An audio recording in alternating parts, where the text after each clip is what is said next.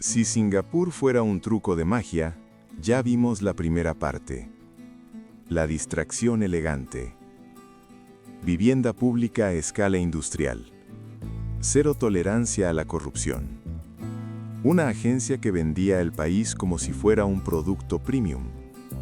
Infraestructura para que el mundo pasara por la isla. Todo eso es real. Y todo eso, visto desde lejos, parece una historia inspiradora. Pero ahora toca acercarnos. Mucho más. Porque la riqueza no aparece solo por construir cosas. La riqueza aparece cuando una sociedad consigue, año tras año, transformar trabajo en excedente sin que ese excedente se lo coma el desorden. Y para lograrlo, el sistema necesita una cosa que casi nadie dice en voz alta. Control sobre el conflicto.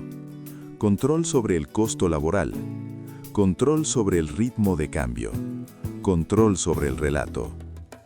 Y en ese punto, Singapur deja de ser un milagro y empieza a parecerse a algo más inquietante.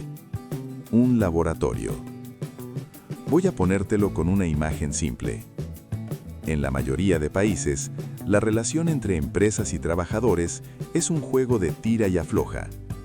Los trabajadores tiran por salarios más altos, las empresas tiran por costos más bajos, y el gobierno intenta quedar bien con ambos y termina haciendo promesas que no puede pagar.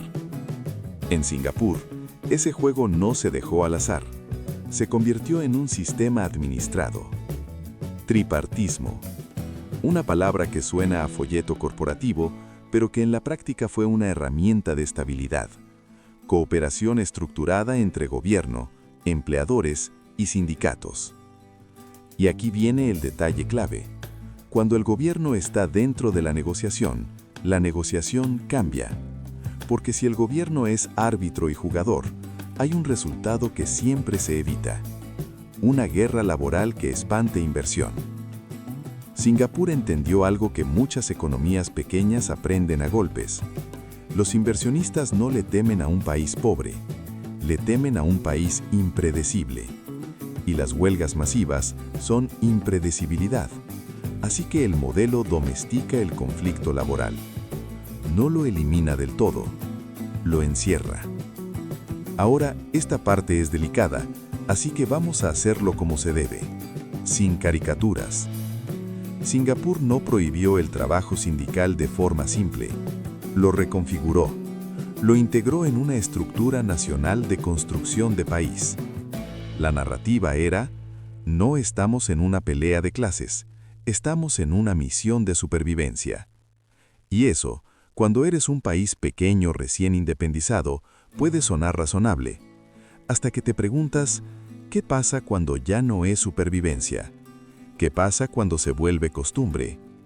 Porque lo que empieza como unidad nacional, a veces termina como disciplina permanente.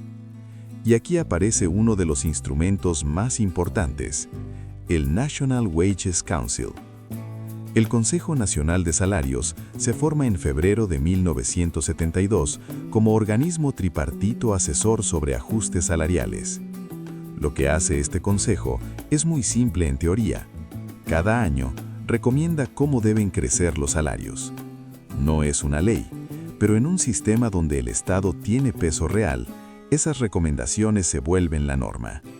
Y esto tiene un efecto financiero brutal. Reduce la incertidumbre del costo laboral para las empresas. Reduce la probabilidad de espirales de salarios-precios.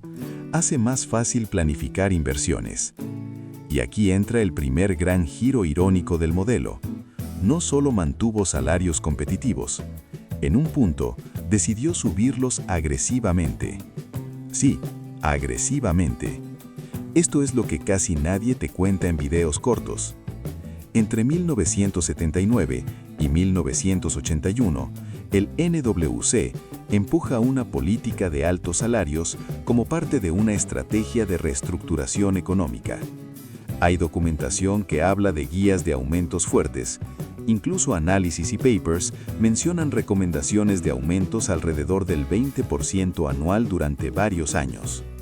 Suena suicida, ¿no? Si estás compitiendo por ser barato para fábricas, ¿por qué sube salarios? Por una razón fría. Porque Singapur no quería quedarse atrapado en el modelo de mano de obra barata. Quería obligar a las empresas a moverse a productividad y valor agregado.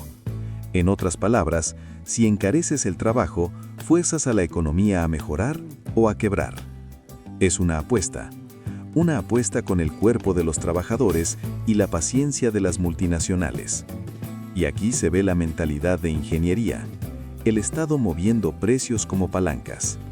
Pero como toda apuesta tuvo consecuencias, y la economía tarde o temprano pasa factura. En 1985, Singapur sufre su primera recesión post-independencia. El gobierno reacciona con un movimiento muy Singapur. Crea un comité, analiza el sistema y ajusta el motor. El Economic Committee se establece en marzo de 1985 para revisar políticas en medio de la recesión. Y luego, en 1986, aparecen nuevas direcciones. Entre las recomendaciones, reducir costos laborales, incluyendo recortes en contribuciones al CPF y contención salarial. Este punto es clave para entender el modelo. Singapur no era dogmático, era pragmático. Subió salarios cuando pensó que debía hacerlo, y los bajó indirectamente cuando el ciclo se rompió. Pero aquí llega la parte incómoda. Esa flexibilidad es más fácil cuando el Estado controla el tablero político. En otros países, tocar contribuciones obligatorias y pedir moderación salarial puede costarte el gobierno. En Singapur, era una medida técnica. Ahora hablemos del CPF como lo que realmente es, una máquina de ahorro obligatorio. No solo retiro, ahorro obligatorio. Una estructura que canaliza una porción enorme de los salarios hacia cuentas forzosas. Y aquí hay un dato que revela la magnitud del control. La tasa total de contribución al CPF llegó a niveles altísimos. Visualizaciones históricas señalan que alcanzó un máximo del 50% en 1984 y 1985. Piénsalo, 50%. No es un impuesto típico porque se supone que vuelve a ti, pero es una reducción brutal de salario disponible hoy. ¿Qué consigue el Estado con eso? 3 cosas. 1. Financia vivienda y estabilidad social sin gastar como gasto tradicional. Lo hace con ahorro forzoso que se recicla en el sistema. 2. Eleva la tasa de ahorro nacional de forma artificialmente alta, lo que hace posible inversión y resiliencia. 3. Crea un ciudadano que vive dentro de un calendario largo: retiro, vivienda, salud. Eso reduce el apetito por revoluciones. Porque la revolución no se lleva bien con planes de retiro. Aquí es donde el sistema se vuelve clínico, porque si tú puedes dirigir salarios con recomendaciones anuales, ahorro con contribuciones obligatorias y vivienda como salida preferente para el ahorro, entonces puedes diseñar el comportamiento económico de millones de personas sin tener que convencerlas cada semana. No necesitas que la gente entienda macroeconomía. Necesitas que cumpla el flujo, y el flujo es el sistema. Ahora, vamos a tocar otra pieza que casi nunca se explica bien en videos populares: la política monetaria. En muchos países, el Banco Central mueve tasas de interés para controlar inflación. Singapur es distinto. Singapur gestiona el tipo de cambio como herramienta principal. El propio MAS explica su marco. Establece una trayectoria deseada para el SGD NIR, el tipo de cambio efectivo nominal del dólar singapurense, frente a una canasta ponderada por comercio para mantener estabilidad de precios a mediano plazo. Reuters también lo resume como política monetaria única basada en el SGD NIR. Traducción simple: si importas mucho, y Singapur importa muchísimo, la inflación te entra por la puerta. Entonces, el Estado protege el poder adquisitivo controlando la moneda. No es magia, es protección contra el mundo. Pero también tiene un costo. Una moneda demasiado fuerte puede matar exportaciones. Una moneda demasiado débil encarece importaciones y sube inflación. Así que el MAS administra una banda, como un ingeniero ajustando una válvula. Y esto conecta con el resto del modelo, el Estado controlando variables clave para mantener el país atractivo al capital. Hasta aquí todo parece un manual de administración. Pero ahora vamos a lo que vuelve esta historia incómoda. La estabilidad también se construye por la fuerza.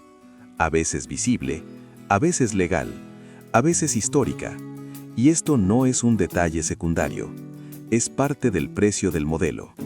Por ejemplo, el Internal Security Act permite detención sin juicio bajo ciertas condiciones, y entre los casos históricos citados está Operation Cold Store en 1963, con detenciones de figuras de izquierda y sindicalistas.